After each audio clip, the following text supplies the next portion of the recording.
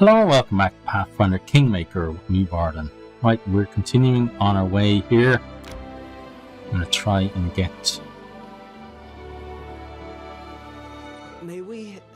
try and get some rest apparently first, but then try to get to our friend at the river crossing. Let him know that we found the place he was looking for. Then we can go talk to our other buddy, our new buddy, who was hunting the trolls back in the capital.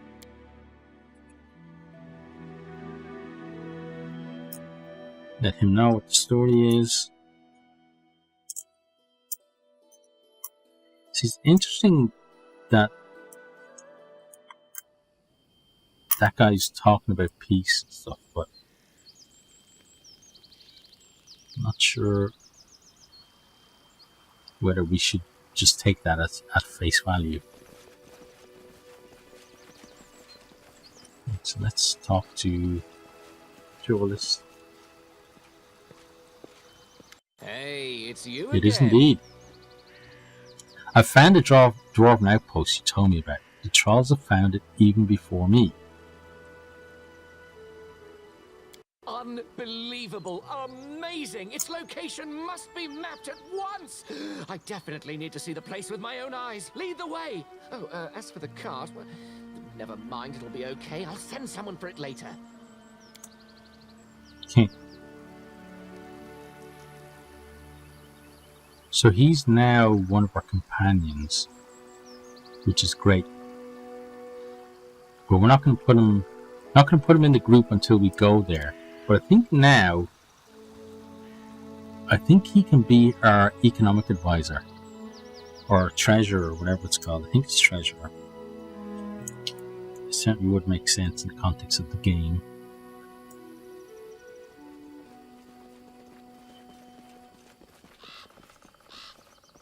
Right, so we'll exit here.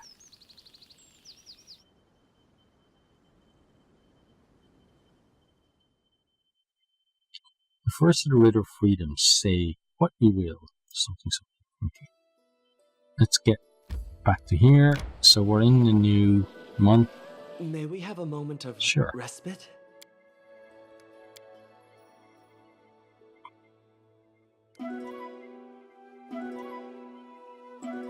Everything worked out. Great. Okay, and then we get ourselves there. And enter.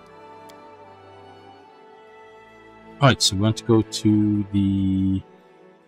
Where would he be? I'd say he'd be in the main square because he is a trader. So we start there, we see if he's there, and have a chat with him.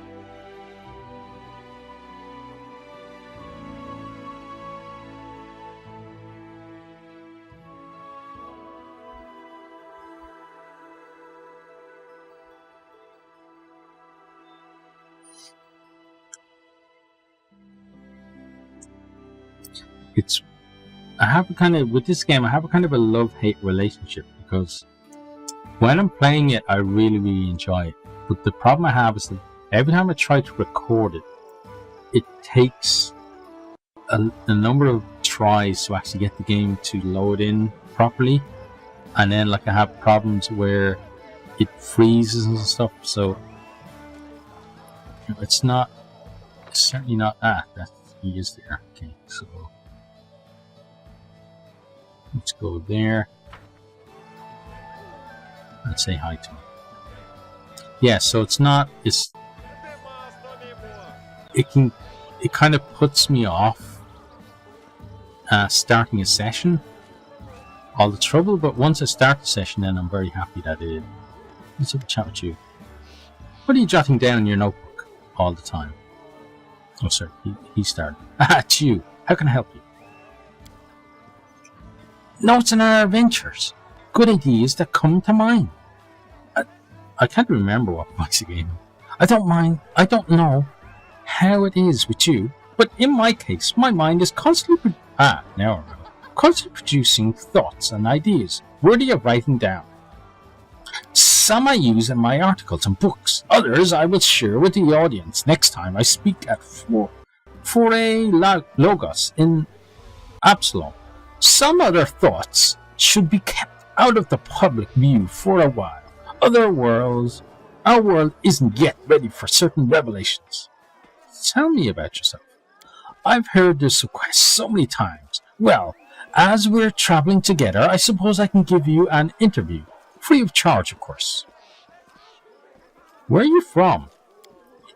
All of Glorian is my home. I am a citizen of the world. Some might say my home is Absalom, that great old patchwork city. It's there that my books and magazines articles are published, and there I am held in particularly high esteem, owing to my vast knowledge. In fact, once I was invited to the College of Mysteries itself, but I prefer to think of Absalom not as home, but my headquarters, where I go to plan my next adventure. I visit every country worth mentioning in Avestan and Garund. I've even trodden the exotic land of Tianzi. I've seen miracles you wouldn't even imagine.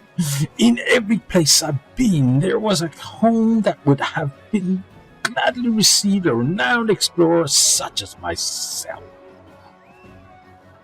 The famous name of Jubilist Nartrouble is known even to the most remote corners of the world.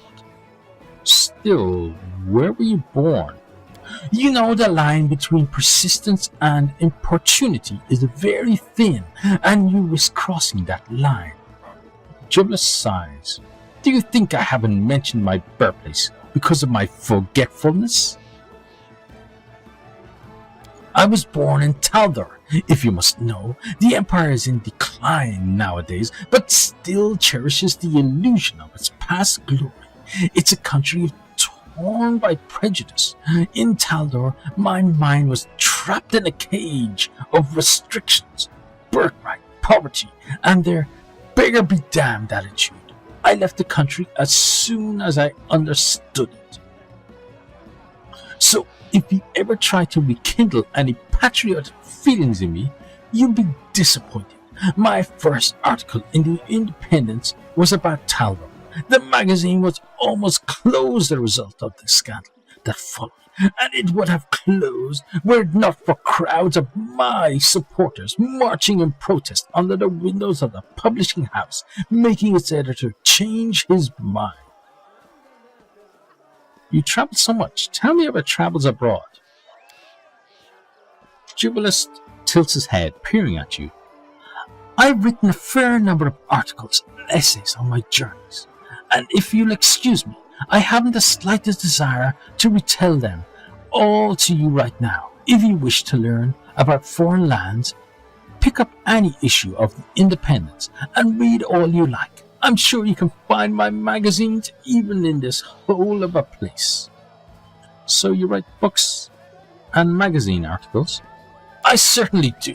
I'm too generous not to share my thoughts and journeys with other minds who search for knowledge. Judging from your face, you don't belong in that category. Jubilus sighs. Thanks. Among my scientific works, I recommend a range of articles published in National Alchemy. If you prefer lighter reading, you might try Traveler's Essays, or the scandalous The Independence. If pictures capture your attention better than words, page through the Illustrated Atlas of Avestan, and you should give your cook a volume or two of my culinary almanacs. Trust me, it might help. Jubilus throws a speculative glance at you. Some have tried to blame me for a sleazy romance novel called The 5 Sins of Sarme. I have no idea on who spread these crazy rumors. But if you like such frivolity, I've been informed that the novel's sequel, The 6th Sin, was recently published. I see, so you definitely didn't write that one. You wear glasses. Why won't you ask some cleric to heal your eyesight? Jubilus throws a cutting glance at you. I'm sure you could have figured out the answer to that question on your own if you bothered to use a logical approach. At least I sincerely hope so. I prefer to think of you as a lazy person, not a stupid one. Julius tightens his lips. Well then, I suppose it's my fate to enlighten you. Alright, there's no time like the present. Let's build up to a logical conclusion together. So, starting with the obvious, a cleric's services cost several hundred gold coins. Spectacles cost 12 gold coins. So, maybe I just couldn't afford to pay the cleric. Incorrect conclusion. I earn enough. Besides, some clerics would surely help me free of charge because they're fans of my incomparable talents. The answer can't be the money then. So, what is it? Let's explore further. Surely you've noticed that I'm a rather famous person. Just to be clear, which circles I'm famous in. My scientific articles are well known among the students and teachers of various institutions of higher education. My articles that satirize the rich and powerful are extremely popular among the minor nobility, traders and workers. That is, among anyone who doesn't have any power for themselves. The kind of people who don't usually have enough money to afford an expensive cleric. Well, can you add it all up and find the right answer yet? Julius doesn't let you get a single word in edgewise. Apparently, he's uninterested in your reaction and is just enjoying listening to his own voice. My spectacles are something that unites me with my readers. People are more open to those who share their social status. Many of my readers can't afford to heal their eyesight at the temple. So, when I, too, refuse such healing, I become closer to the people. My spectacles are part of my image. Julius exhales at last. I believe I've managed to explain the basics of logical thinking. No need to thank me. Oh, excuse me. Oh, doing that voice really gets my throat, especially this time of year. Thanks for telling me about yourself. Let me ask you about something else. Oh no, I've got to do his voice again now. I'm going to cough again, I'm sorry. Julius casually waves his hand. Ask away. Tell me something about the history of the gnome race. What have I come to? Julius Nartron, famous explorer, writer and scientist, is reduced to giving simple lessons in history. Very well, ask away. What questions do you have? How did gnomes appear on Glorian? They came here in ancient times from the First World. You do know what the First World is, right? If you don't, ask me about it some other time. I used to lecture on it at a couple of institutes.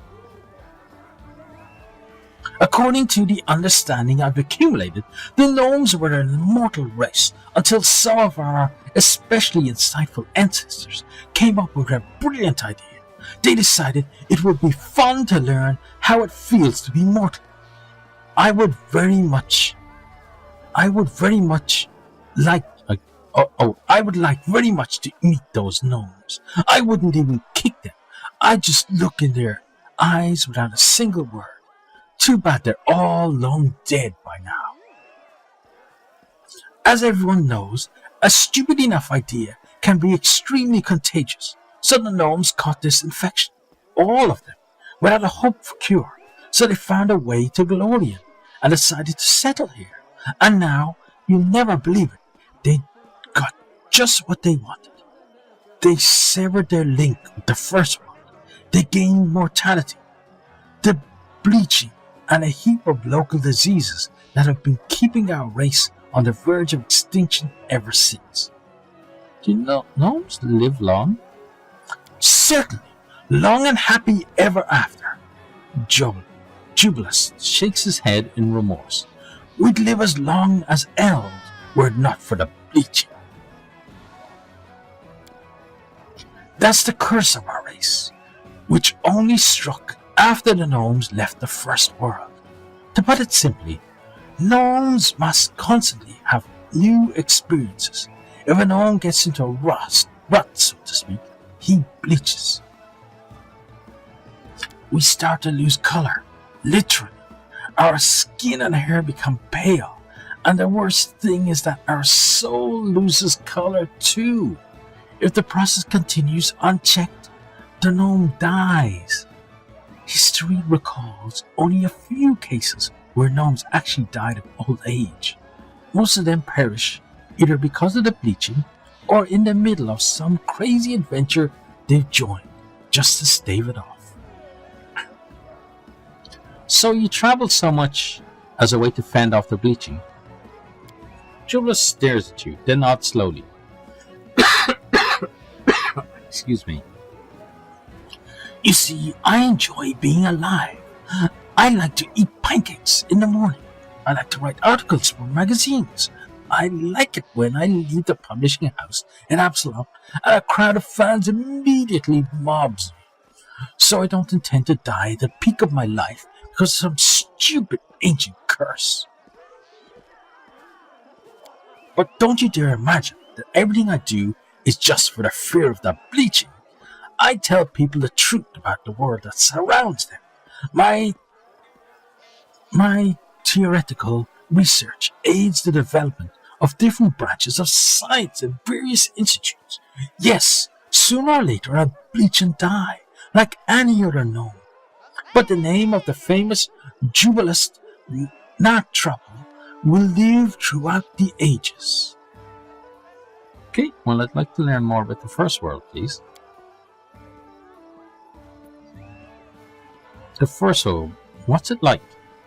It's huge, wild, and extremely unfriendly to the unprepared traveler. Nothing remains constant there. Matter changes before your eyes. What was a mountain yesterday becomes a river today, and that river flows upwards. The trees touch the sky. The heat of the desert can melt metal, and hurricane winds can tear a person apart. But it would be wrong to think of the first world as the plane of total destruction.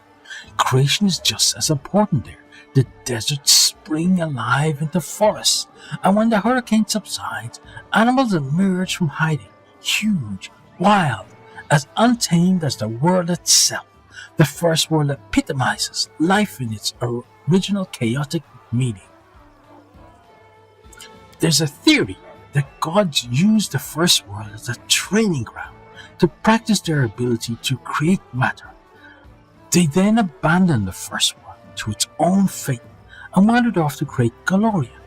Some say that the inhabitants of the first world still hold a grudge against the gods for this. How can a person get there?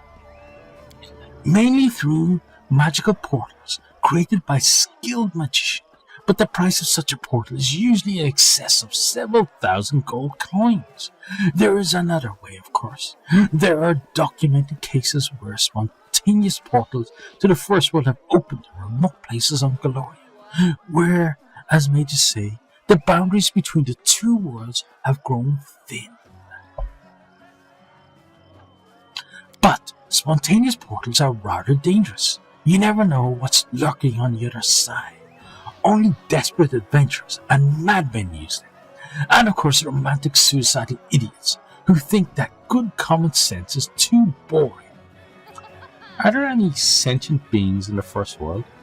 Of course, the Fae, and all their relatives, and all their relatives' relatives, and then some more Fae besides. Sometimes one meets leprechauns or satyrs there, which are actually another type of Fae, just called by another name, and all of them are immortal, by the way, at least within their own home world. The souls of the creatures of the first world have no connection with the realm of the mortals. When a creature of the first world dies, its soul just materializes in another body, similar to its old one. It's not a pleasant experience, and the resurrected creature loses almost all of the powers and abilities it developed over its life, but keeps all of its memories and personality. It's still much better than a mortal death, I would say. Sometimes the process doesn't even take long. A killer might meet his victim again the following week. Naturally, this immortality has influenced the way First World inhabitants think. For instance, Fae enjoy mischief and tricks. They can easily end in someone's death. The Fae think it's just funny, and anyone from another world who falls victim to such tricks don't end up having much say at all. Once, the gnomes were immortal relatives of the Fae. Jubilee sighs. Who rules the First World? It's commonly assumed that the eldest rule it. They're overseers, but more just a glorified version of Fae lords. Power attracts pompous blockheads in every world. What are you hinting at? I'm only fulfilling my duty. Jubilee stares at you with interest. Yes, duty. Protecting your subject and restoring order. Objectives so noble I could weep. Unfortunately, noble objectives can coexist perfectly happily with pompous blockheads. Are you quite sure you're not one of those? But let's get back to the First World. The elders possess the power to keep matter in the First World in a more or less constant state. That's why the Fae treat them as demigods and offer them prayers, just as we offer prayers to Densa, Erastil, and even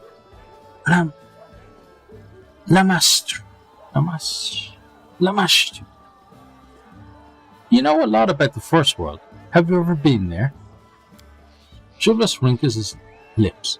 I haven't the opportunity yet, unfortunately. My studies of the First World are limited to the confused statements of their witnesses or scribbles in their diaries. Also, I've studied the remains of some unfortunates who periodically fall out of spontaneous portals. I keep to the hope that sooner or later I'll manage to visit the wonderful place, and certainly the notes I'd write on that place would be far more extensive and informative than all the ramblings on the subject I've had to wade through. Naturally, the main concern of my expedition would be the safety of its leader, namely me. It would be extremely foolish to go that far and see that much, only to lose the chance to tell anyone about it. Okay, well, let's talk about something else. We've done that one.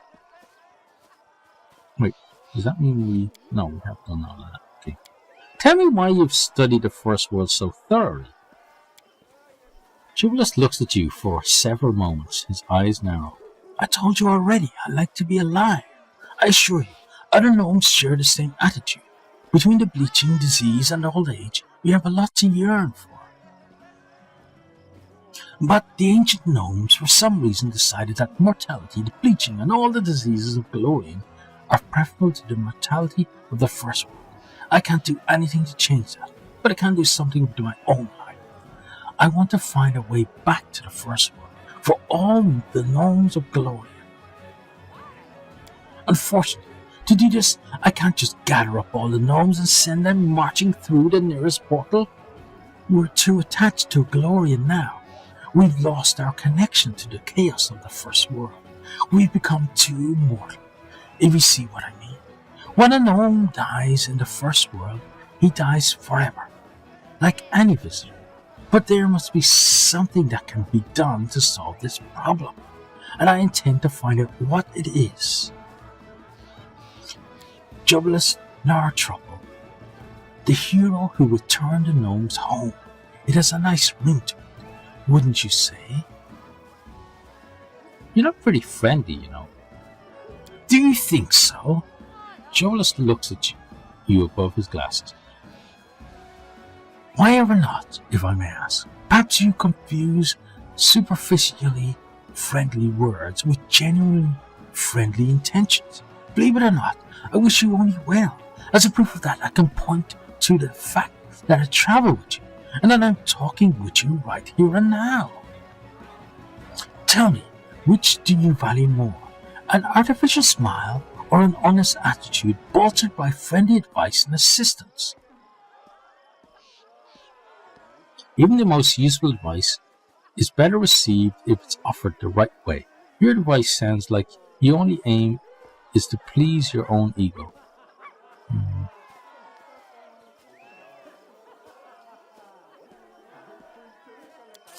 Here's another piece of advice then. You should learn to see the essence rather than being distracted by colorful wrappings. Otherwise you were swallowing something you shouldn't because it was wrapped in golden foil. Jobless adjusts his glasses. If you cannot separate the sense of my words from the way they sound, that's not my problem. Thank you for the conversation. I have to go now. Come back when you run out of clever ideas again. Cheers. Is there any more? Oh no, there isn't. Okay. I guess we kind of offended him and maybe reduced some of the things that we could talk to him about. Now, where is Harold? I think he's there, yeah. I want to talk to him because we found that place. I want to see what he thinks about it. Okay, he doesn't have anything to say about it. It's interesting. Right, so we'll talk to...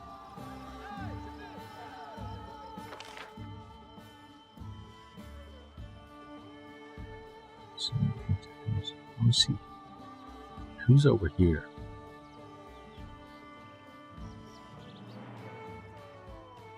It's the dog, okay. Apparently it's the dog.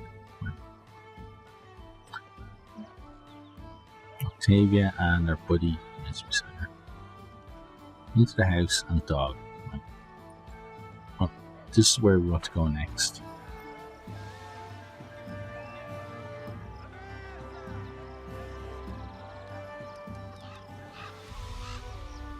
Where is she moving?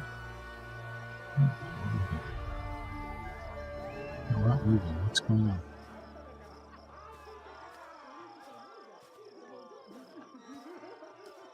I stand ready. Oh, there we go. Oh, she got deselected. Right, well, let's pop in here and deal with some of the many problems I'm sure that have popped up.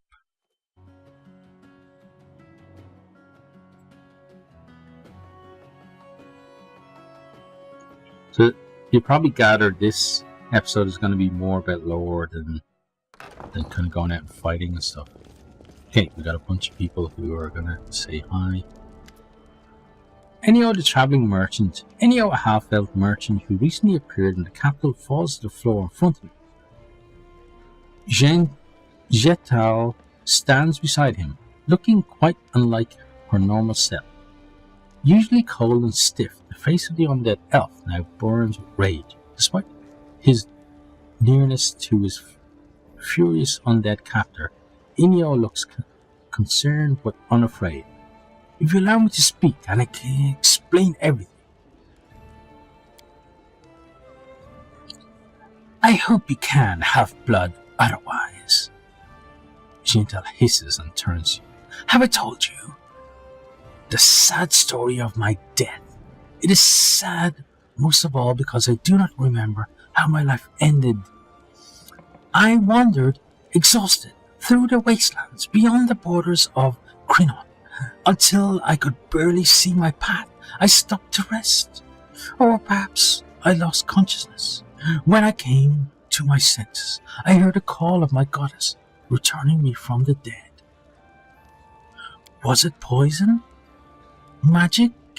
Illness? Whatever stole my life away, it left no trace. I thought this mystery would haunt me forever, but then I entered the shop of this half-blood, seeking some reminder of Cronin. And what did I discover there? My own dagger. Jean-Tal shows you an elven-crafted dagger with a chipped blade and empty socket where once gemstone adorned the handle. This dagger disappeared the same night I was taken by death. How could this half-blood have obtained it? Well, he's a merchant, so maybe somebody sold it to him. Let him speak. Jean-Tal, anger will not help us learn the truth.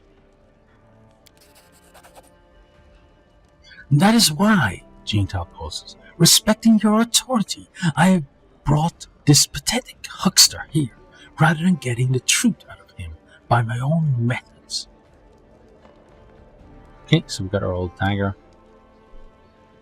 The half-elf rises to his feet and sighs, putting his clothes in order. Thank you for allowing me to speak, Your Grace. The story is not very exciting, certainly not as exciting as my tale of the drunken regatta within the eye of Abednego. Yesterday, north of the city, I stumbled upon a dead boar. There was no one around, but the dagger was protruding from the miserable beast's neck. I don't know why the owner would have left it in the carcass. Perhaps the beast escaped from the hunter, taking along the weapon that had injured it. So I inadvertently decided to keep the item I'd found, thanking my luck and never suspecting the price I'd pay for it. Where exactly did you find this carcass and dagger? In the vicinity of the old sycamore, of course. I'm sure you know where that tree grows. I found the boar to the west of the sycamore, in the direction of the Thorn River. Inyo, you face serious accusations. Are you sure you can say nothing more in your defense? I would be glad if I could, but alas! The bright yellow-green eyes of the half-elf are calm. The dead boar is my only witness, but I believe in your justice, Partis. I have faith that you will investigate my story and sort everything out. Shathal, listen to reason. If Enyo was involved in your death, he wouldn't be openly offering your dagger for sale. Your words set Shathal on her heels. She frowns, but calms again. Perhaps that's logical. This one would have to be a useless fool to do such a thing, and unless fools do not easily survive the road, still this story should be verified. It must be. And in any case, the dagger may lead to my killer. We'll investigate this matter further. Let's start by checking Enyo's story and seek out this unfortunate boar. I am grateful. It's important to me, and you, Half-Blood, should pray for our success. If you are leaving, I shall find a surer way to get the truth from you. Or if you are lying, sorry, not leaving. Right, so that's another thing for us to do. Oh, I guess another person's going to come talk to us. I have an intriguing letter for you, Your Grace. A certain Fredero Sinnet, a paladin of Shellen from Brevoy, is claiming rights to our charming Valerie. Not in the sense that the entire population of the capital is trying to, but as her teacher and mentor. Here's the letter. See for yourself. Okay, so we'll read that later. Okay, then I guess that's everything from there. Okay, so let's see what's going on over here.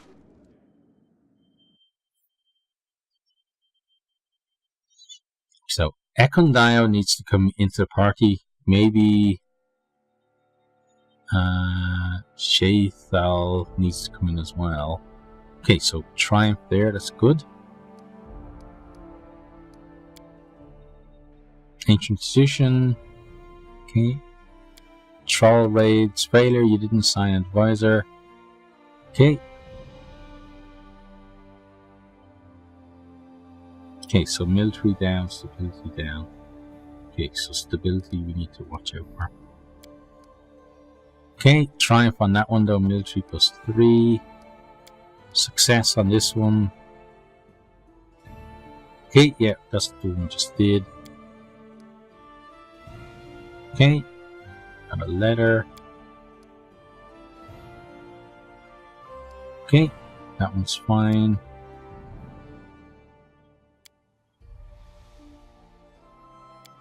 Troublemakers, we didn't -1 community, okay. Bandit outrage. Okay, we've got to clear, probably clearing bandits is one of the next things we do. Problem with taxes, success. Nasty rumor, success. The locals are bored and don't know what to do.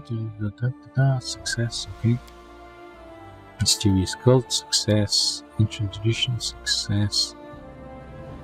Okay, and then that's back to troll raids. Okay, that's everything. Okay, so what's going on here? Bumper harvest. Okay, you do that one. And the gold.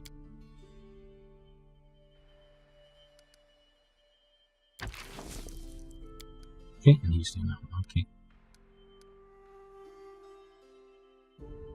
Let's start all of these events. Okay, then I want to go to...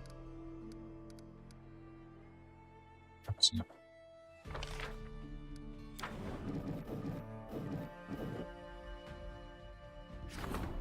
Yeah, we can stick him in there. There we go.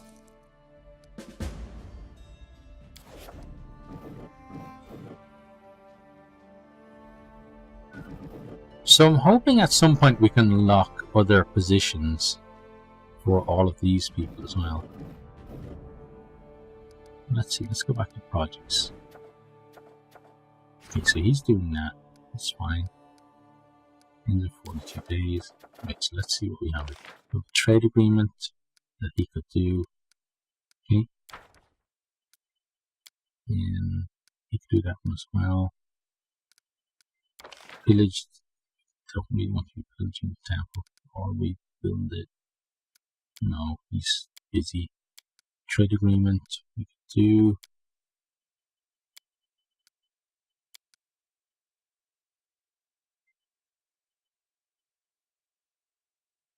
These services nature, of course, the side tree. The side tree came bad result. Of course, perhaps by studying what's left of it, we might learn something. I think.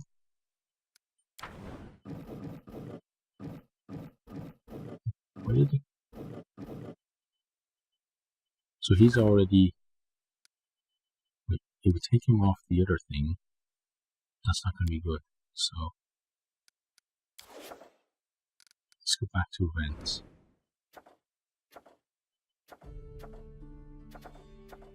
Projects.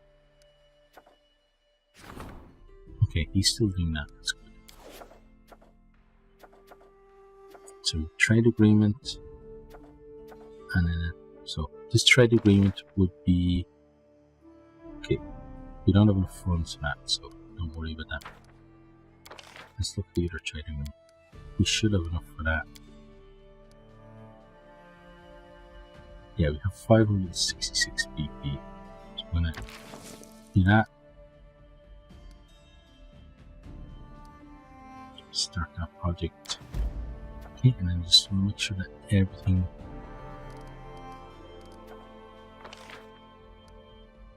events. Okay, that one started. That one started.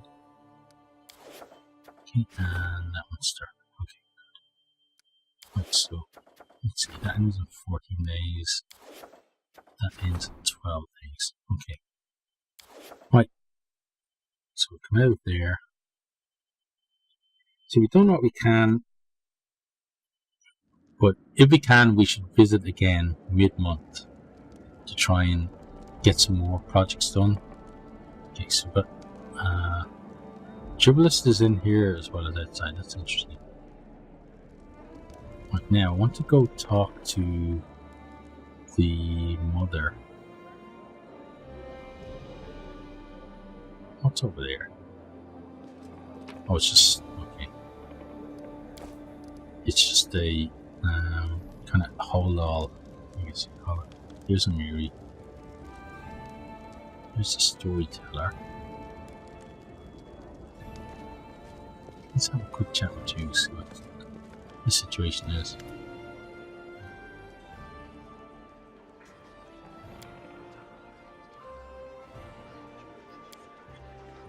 Okay.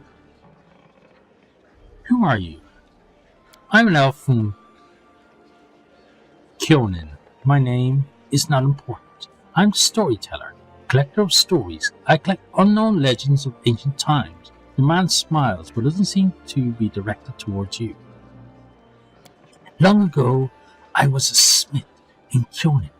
The fire of the forge had burned out my eyes, but I am grateful for it. If I could see, I would yet forge suits of armor for Iadara's guards. Instead, I have stepped on the path of an adventurer and gatherer of ancient legends. The old man ponders silently for a moment. Maybe people are long dead, their homes crumble to dust, and their bodies turn to ash.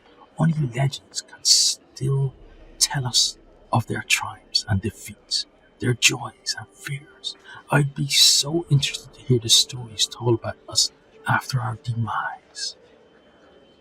I've always been drawn to the Stolen Lands, where countless expeditions, armies, and even kingdoms have met their untimely ends. When I learned of a new barony being founded in the heart of these lands, I knew I wanted to be part of its story, so I made the journey here.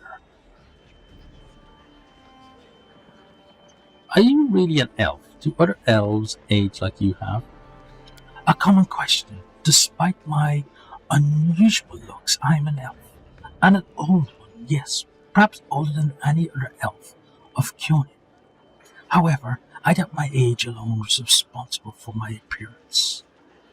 I keep the stories of many people and races, some forever gone from the face of Gloria, but they live on in my memory and my heart. When I accept a new story, I lock it within myself, bearing the weight of its words and the emotion that they invoke. I sometimes think that I probably should have died long ago, but some incomprehensible force is keeping me alive and granting me the ability to continue my quest to gather stories. Be it divine power or fell curse, I'm grateful either way. How could you tell it was me? Jorma smiles slightly. It is not so hard to recognize a ruler by the way she walks.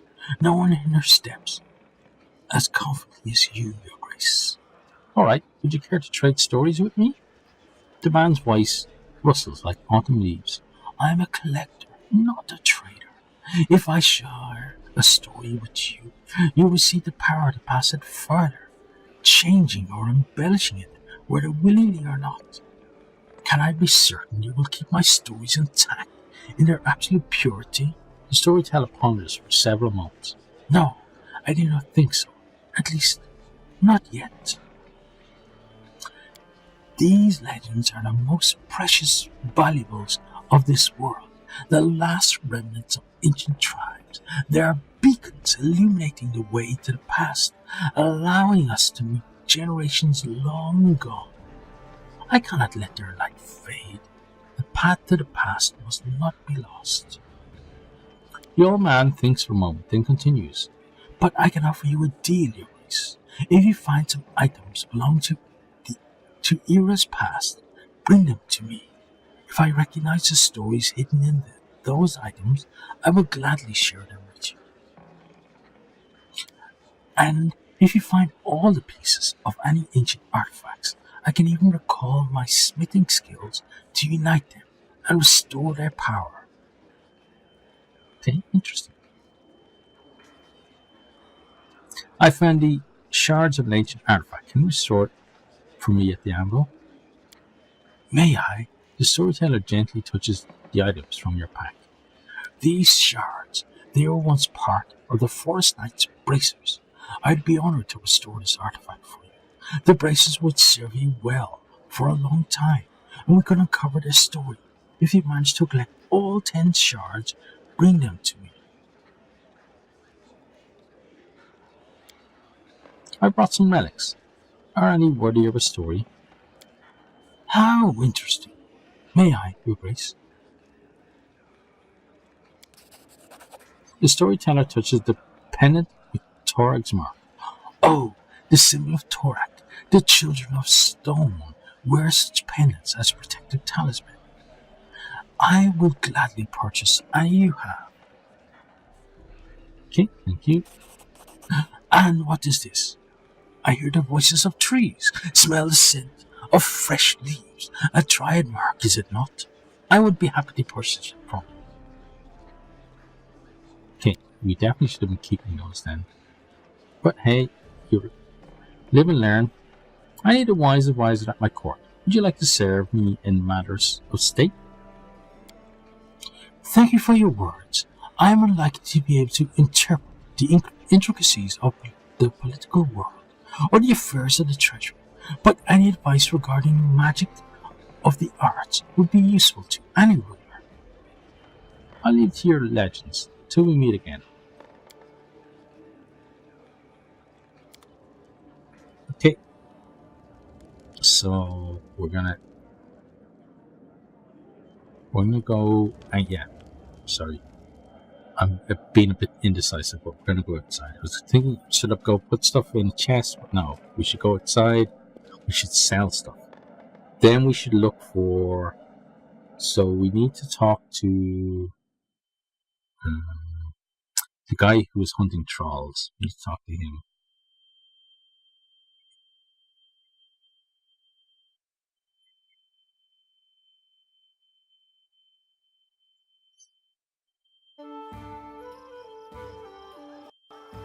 And so where would he be? So we check our map.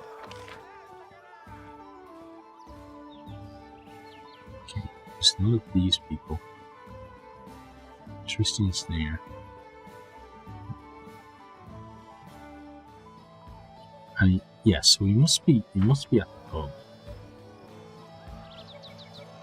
It's down here, isn't it? We can go to the pub.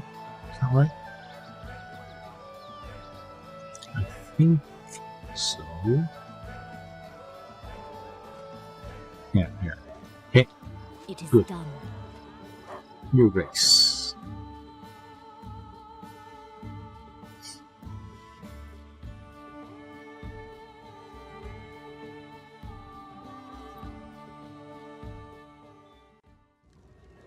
Okay, let's quickly check the map, see if he's here.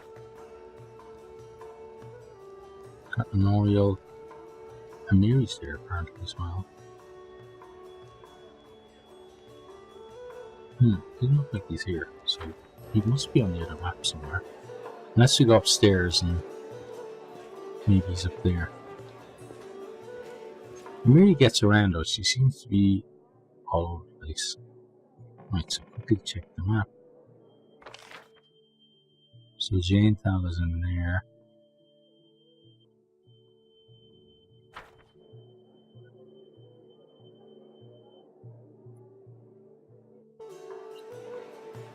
Okay, so either he's in the marketplace map and I just haven't seen him.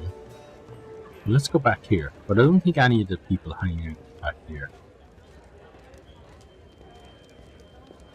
It kind of make more sense for him to be around here somewhere.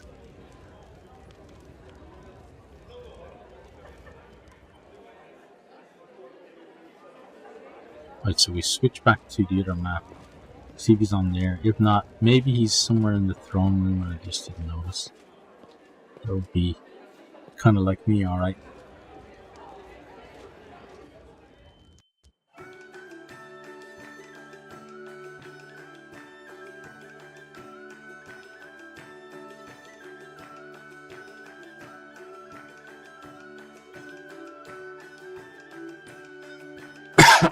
Excuse me.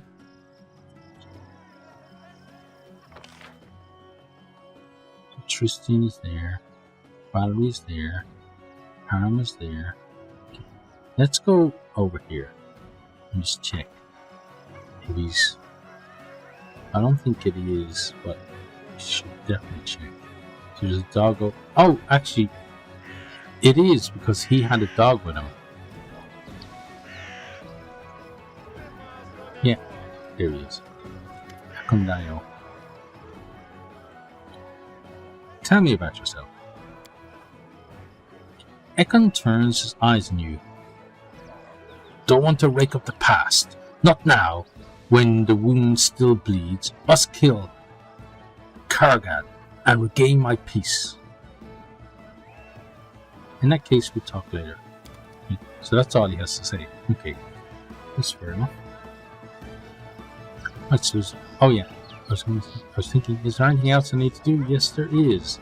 I need to sell stuff and possibly buy stuff as well. Okay, let me see your goods. I'm gonna sell that.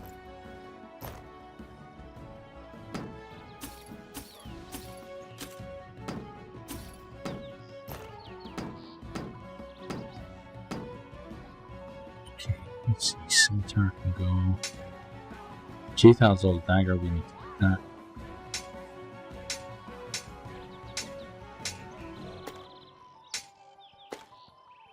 Okay, what's this? Lucky longbow.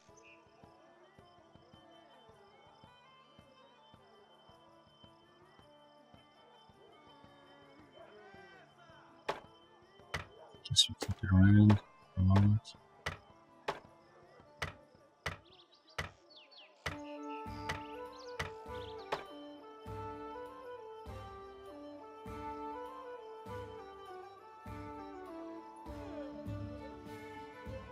Where do we can go? Need to keep that. We should read that. It's good sausage. Sounds nice. Accessories. Protection can go. That can go. Actually, should have kept that because when we swap people in and out. So luckily, I can take both of those back. Sell stuff. Okay, so we're getting about $2 grand. That stuff to put on the items.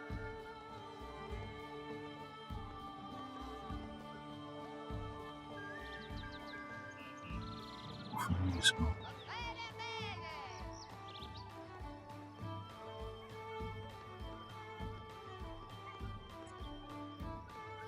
On the burning arc. See, these ones are interesting, but I really don't think I'm going to be using them anytime soon, so I feel like I should just sell them now and get the benefit thing, and then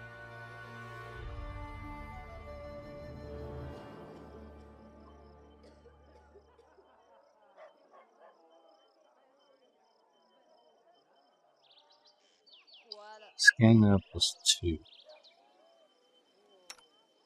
Review. Breastplate +2. We've got full plate +1. You're on full plate +2 yet. No.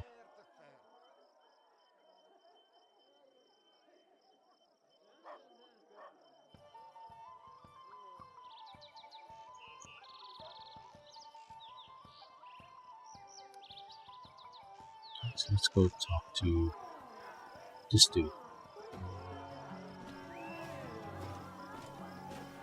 Okay, let's see what you have.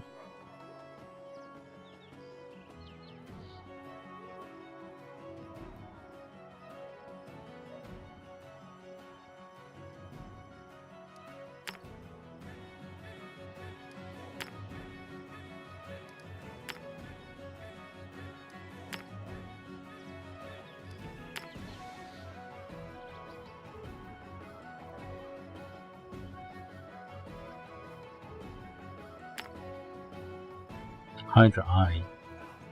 I'm gonna keep that around. Bartholomew's Key.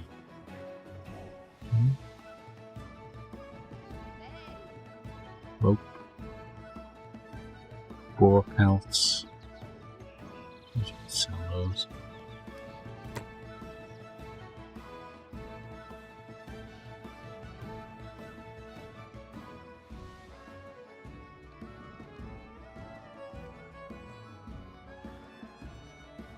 Bloodstone.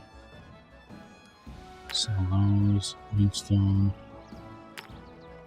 Sell those. Citrine. Keep. What's this? Shining Scale.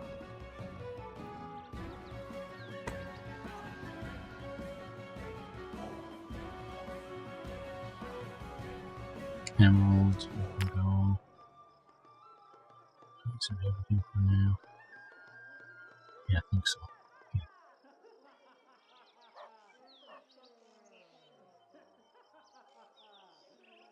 Oh wow, we can actually buy stuff for building.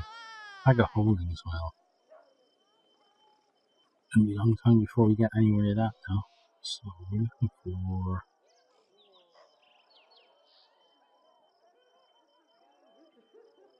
any kind of healing stuff. So,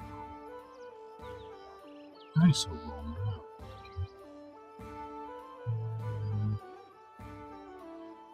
No, nothing great, so let's just deal with that stuff. Then I'm going to quickly go to my inventory off again.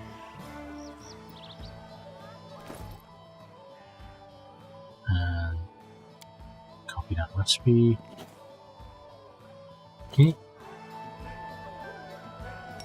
And next time we should be ready then to head on out and to go in search. So wait, no. We need to talk to the missing kid's mother. So where is she?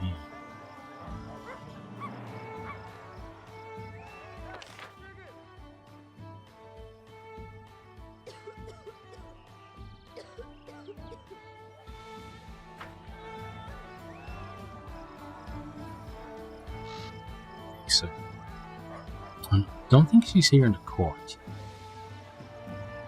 I'm not sure where else she would be.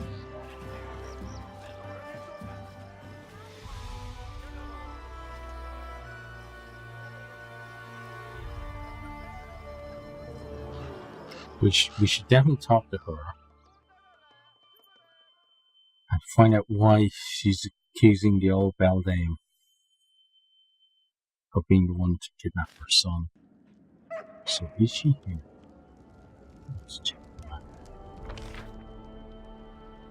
Miri, Tristan, Lindsay, Journalist, Guard. She isn't.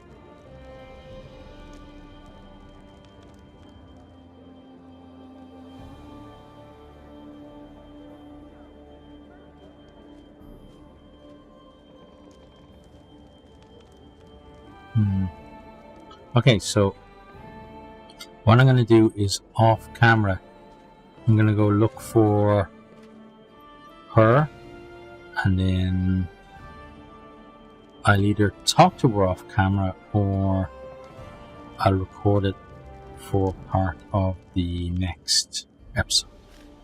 Okay, so for now, I hope you have enjoyed, and I really hope to see all of you next time. Goodbye.